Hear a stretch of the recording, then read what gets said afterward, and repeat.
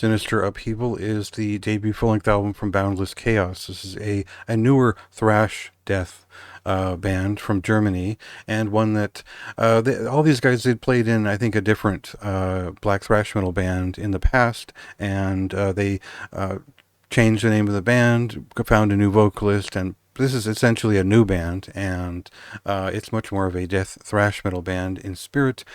It is the same, I would say, deathened black metal, the same way you would say blackened death metal, and normally that would be a thrash death record. I just want to make that distinction. This is more of a record that should appeal to fans of classic thrash metal of the late 80s and possibly the early 90s, because it is essentially speed metal structures with the aesthetics and vocalizations of death metal. And there are a ton of records that fit into the death thrash blur of different types in the late 80s, but this is not the performative death metal riff off that a lot of those records were. This is still related to thrash metal and speed metal in structure, and it takes cues from more than just Creator and Sodom, the way that Protector and bands like Minotaur did as well.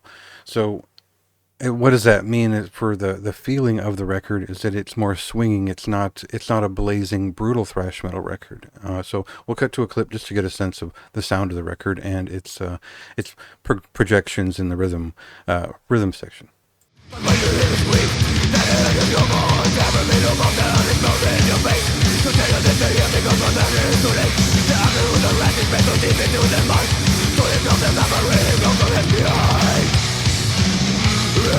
So that means that what we get on this record really are a lot of Slayerisms, early Slayerisms. You know, there's more here that will relate to these structures built on Hell Awaits and especially Haunting the Chapel, as well as the very blunt side of Sodom, which was still punk influenced once they broke out of that sort of witching metal phase early on.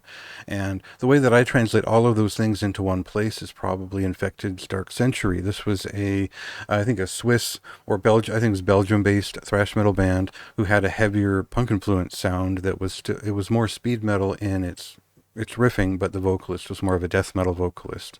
So this is death thrash in that sense, where it was still indeterminate. It sort of tweaked in an interesting way, and it holds up pretty well for about 35 minutes. I think they've done well to create just riff-driven songs that are a lot of fun to listen to. I think there's plenty of riffs in each song. I don't know that they hit it out of the park more with grooves than they do like riff after riff. You know, this isn't a Demolition Hammer record or whatever. So I think that they have their style down right. They have their sound perfect. I really like the production values on this record. It feels authentic and old, but it still gives you the full, strong bass guitar tones and a sharp enough drum sound. But their songcraft is where I felt like that's the one piece that was kind of missing to set it over the edge. They didn't really write incredibly memorable songs on here. So there are maybe 2 or 3 standouts that I will remember. It needed a bit more to kind of kick it up into something that was a little bit more timeless, something that had maybe more to say, that was more direct. And, that's a nitpick. I think if you just want the energy and the style and the sound, you'll be pleased with this record. But I think they could use just a little bit more substance to push it over the edge and make this a band that I'm really excited about. So see how you feel, see what you think. Go check it out yourself. That's out on the 19th of January. And for now, you can check out some songs and listen and read my review on the site.